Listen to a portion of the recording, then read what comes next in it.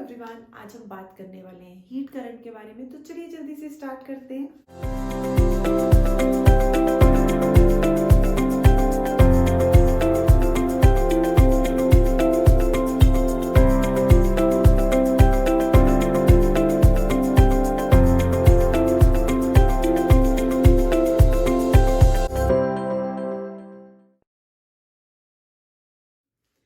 हमने अभी तक पढ़ा है इलेक्ट्रिक करंट।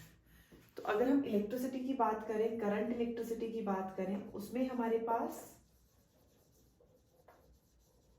इलेक्ट्रिक करंट था, सिंबल I से डिनोट करते थे, चार्ज अपॉन टाइम। तो basically rate of flow of charged particles, rate of flow of charged particles हमारे पास यह चार्ज क्या बनाता था, करंट बनाता था, चार्ज अपॉन टाइम। करंट का सोर्स क्या था हमारे पास, हम लेते थे कंडक्टर, उसको कुछ बैटरी या सेल से अटैच किया, स्विच लगाया, की लगाई, इसका पोटेंशियल डिफरेंस होता था V। तो इस पोटेंशियल डिफरेंस V की वजह से करंट फ्लो होता था I। ओम्स लॉ करते थे, V is directly proportional to I और I is directly proportional to V, means greater the amount of potential difference, greater will be the current flowing in the wire or in the conductor। तो V जैसे जैसे बढ़ता था, I बढ़ता था, तो हम बोलते थे Ohm's law V is equal to IR। तो यहाँ पे हमारे पास रेजिस्टेंस आती थी V upon I, means potential difference upon current. ये थी हमारे पास रेजिस्टेंस, जिसमें करंट का सोर्स क्या था, सोर्स ऑफ इलेक्ट्रिक करंट हमारे पास क्या होता था, पोटेंशियल डिफरेंस। जो हमने ये पोटेंशियल डिफरेंस लगाया है cross the ends of the conductor V, वो हमारा सोर्स होता था इलेक्ट्रिक करंट का पोटेंशियल डिफरेंस। ये हमने 10th क्लास इलेक्ट्रिसिटी में पढ़ा है कि हमारे पास जैसे जैसे एयर के पार्टिकल्स फ्लो करते हैं, एयर करंट, वाटर के पार्टिकल्स फ्लो करते हैं, water current, charge particles flow करते हैं, इलेक्ट्रिक करंट। तो इलेक्ट्रिक करंट क्या होता था, चार्ज पर unit time, means rate of flow of charge particles, और चार्ज पर यूनिट टाइम क्या बनाता है, इलेक्ट्रिक करंट बनाता है। इलेक्ट्रिक करंट किसी वायर में, कंडक्टर में फ्लो करेगा तो वो डिपेंड करेगा पोटेंशियल डिफरेंस पे। पोटेंशियल डिफरेंस क्या है, सोर्स है इलेक्ट्रिक करंट का। अगर अब हम इसकी जगह बोले, हम यही चीज हीट में अप्लाई करना चाहते हैं, तो हमारे पास एक टर्म आएगी हीट करंट। तो जैसे वाटर के पार्टिकल्स फ्लो करते थे, फ्लो करते हुए वाटर करंट बनाते हैं, हीट फ्लो करती हुई, अगर हम हीट के फ्लो को स्टडी करें पर यूनिट टाइम, तो वो क्या बन जाएगा, हीट करंट बन जाएगा। तो हीट करंट मतलब H से डिनोट करेंगे, Q अपॉन T। यहां Q होता था चार्ज, यहां Q है हमारे पास हीट। तो rate of flow of heat क्या बन जाएगा, हीट करंट बन जाएगा। सेम उसकी जगह इसको रिप्लेस कर रहे हैं, चार्ज पार्टिकल्स का फ्लो पर unit time current, electric current, heat का फ्लो पर यूनिट टाइम हीट करंट। यहां सोर्स क्या है, पोटेंशियल डिफरेंस। हीट कब फ्लो करती है, हीट का सोर्स क्या होगा, अगर मेरे पास एक body 80 degree Celsius, same example, एक बॉडी 60 डिग्री सेल्सियस पे होगी, तो हीट फ्लो करेगी from a body at higher temperature to a body at lower temperature. तो क्यू फ्लो की हीट, क्यू एनर्जी फ्लो की हीट थी, ट्रांसफर ऑफ एनर्जी, कि हमारे पास अगर दो बॉडीज, उनके बीच में टेम्परेचर डिफरेंस है, तो हीट फ्लो करेगी from a body at higher temperature to a body at lower temperature. तो यहां सोर्स क्या हो गया, जैसे यहां पोटेंशियल डिफरेंस था, हीट का सोर्स आएगा टेम्परेचर डिफरेंस। तो इन्हीं चीजों को एज इट इज यूज करते हुए हम ये उठाएंगे। अब हमारे पास क्या है, हीट, थर्मल कंडक्टिविटी बोलती है हीट कितनी है, Ka T1 minus T2 into T upon X।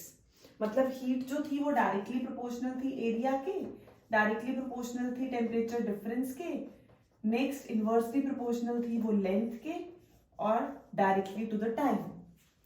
तो जब हमने ये चारों फिजिकल क्वांटिटीज को जिन पे हीट डिपेंड कर रही है उनको हमने उठाया, उनके साथ हमने एक इक्वेशन बनाई, तो कांस्टेंट निकाला था K, coefficient of thermal conductivity, coefficient of thermal conductivity,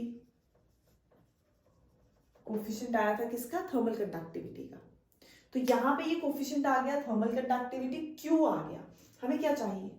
heat current. Heat current मतलब H मतलब Q अपॉन T। तो H आ जाएगा dQ बाई dt, या हम लिख सकते हैं Q by T, small change in heat to small change in time, instantaneous heat हो जाएगी। तो means rate of flow of heat study कर रहे हैं हम। यहाँ पे ये हमारे पास क्या है? T है।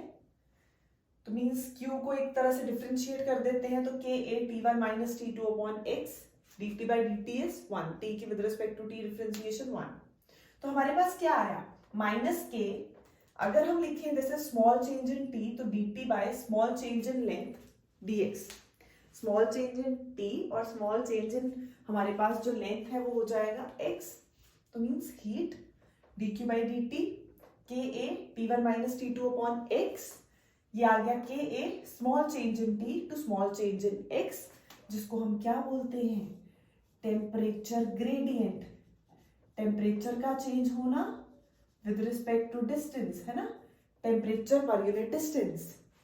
तो हम किसी भी चीज का ग्रेडियंट कैसे डिफाइन करते हैं? उसके साथ जो भी क्वांटिटी लिखी है उसको डिस्टेंस से डिवाइड कर दो। तो dt बाई dx क्या बन गया? टेम्परेचर ग्रेडियंट बन गया। अब यहां से हमें हीट करंट तो मिल गया, ये था, उससे ये आया, बट साथ में लगा है नेगेटिव साइन। नेगेटिव साइन क्या शो करता है? हमने बोला था ये है हमारे पास ब्लॉक, इसमें हीट फ्लो करेगी from this face to this face, इस तरफ को। तो ये एक्स एक्सिस थी, या हमने ये लिया था, यहां से हीट फ्लो करती हुई इधर जाएगी। बट जब हम यहाँ पे जो टेम्परेचर दे रहे थे वो कितना था? 50 डिग्री सेल्सियस। यहाँ वाले मॉलिक्यूल पे कितना आया था? 45, 30, 25, 10। टेम्परेचर डिक्रीज कर रहा है with distance along x axis. जैसे जैसे डिस्टेंस बढ़ रहा है टेम्परेचर डिक्रीज कर रहा है, मतलब वो पहले अपने पास हीट रखेंगे, फिर जो बची खुची आगे ट्रांसफर करेंगे। तो यहाँ पे जैसे जैसे डिस्टेंस बढ़ रहा है टेम्परेचर डिक्रीज हो रहा है, उस चीज को नेगेटिव साइन से शो कर रहे हैं हम यहाँ पे। फिर से हमने बोला करंट इलेक्ट्रिसिटी में I is Q by T, तो यहाँ H आ जाएगा Q by T। Electric current, heat current, इसका सोर्स है पोटेंशियल डिफरेंस, इसका सोर्स है टेम्परेचर डिफरेंस। तो यहाँ तक तो क्लियर है, यह है थर्मल कंडक्टिविटी। थर्मल कंडक्टिविटी से हमारे पास rate of flow of heat आ गया, मींस हीट करंट आ गया। नेक्स्ट अगर हम ओम्स लॉ यूज करें फिर से, R is V upon I, तो रेजिस्टेंस सोर्स करंट का potential difference divided bye its current. अगर हम थोड़ा सा जनरलाइज करके यही चीज अपने कंडक्टिविटी के लिए लिखें तो क्या बन जाएगा? ये रेजिस्टेंस थी इलेक्ट्रिक करंट में जो आई थी, जो रेजिस्ट करती है करंट को। यहां आ गई हमारे पास थर्मल रेजिस्टेंस। ये कौन सी रेजिस्टेंस है? ये है थर्मल रेजिस्टेंस। जैसे ये रेजिस्टेंस थी, ये कौन सी थी हमारे पास? ये आई थी इलेक्ट्रिकल रेजिस्टेंस, जो इलेक्ट्रिकल करंट को रेजिस्ट करती है। तो यहां R आया था V अपॉन I। अब यहां आ जाएगी हमारे पास इसकी जगह थर्मल रेजिस्टेंस RH। तो V सोर्स था इलेक्ट्रिक करंट का, सोर्स क्या है हमारे पास? हीट करंट का टेम्परेचर डिफरेंस।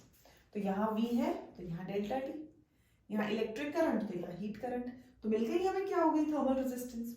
जैसे हमने ओम्स लॉ में इलेक्ट्रिकल रेजिस्टेंस डिफाइन की थी, उसी को थोड़ा सा जनरलाइज करके हमने ले लिया कि source potential difference divided by current, temperature difference divided by heat current. तो Q कितना आ जाएगा? KA del T by del x into T। H कितना आ गया? Q by T KA del T by del x. T की with respect to T क्या हो जाती है? 1। तो हमने बोला हमें डिफाइन करना है RH del T by H, del T by H। तो ये H की वैल्यू उठा के हम यहाँ अगर पुट कर दें तो हमारे पास RH मींस थर्मल रेजिस्टेंस कितनी आ जाएगी? Delta X upon KA। Thermal resistance कितनी आई? Delta X upon KA। Delta X क्या है? दोनों साइड्स के बीच में हमने जो बोला था स्मॉल चेंज इन X, जैसे स्मॉल टेम्परेचर डिफरेंस में चेंज लिया था वैसे ही लेंथ हो गई, divided by K coefficient of thermal conductivity, A area of cross section. तो हमने यहां से एक चीज सीखी, RH is inversely proportional to K। जितना ज्यादा कोफिशिएंट ऑफ थर्मल कंडक्टिविटी होगा उतनी कम रेजिस्टेंस होगी, या जितना कम कोफिशिएंट ऑफ थर्मल कंडक्टिविटी होगा उतनी ज्यादा रेजिस्टेंस हो जाएगी। इनवर्सली प्रोपोर्शनल है दोनों एक दूसरे के। तो यहां से हमारे पास greater the coefficient of thermal conductivity, smaller is the thermal resistance of rod of that material. Bye. Don't forget to follow Physics with Aruna for more such videos.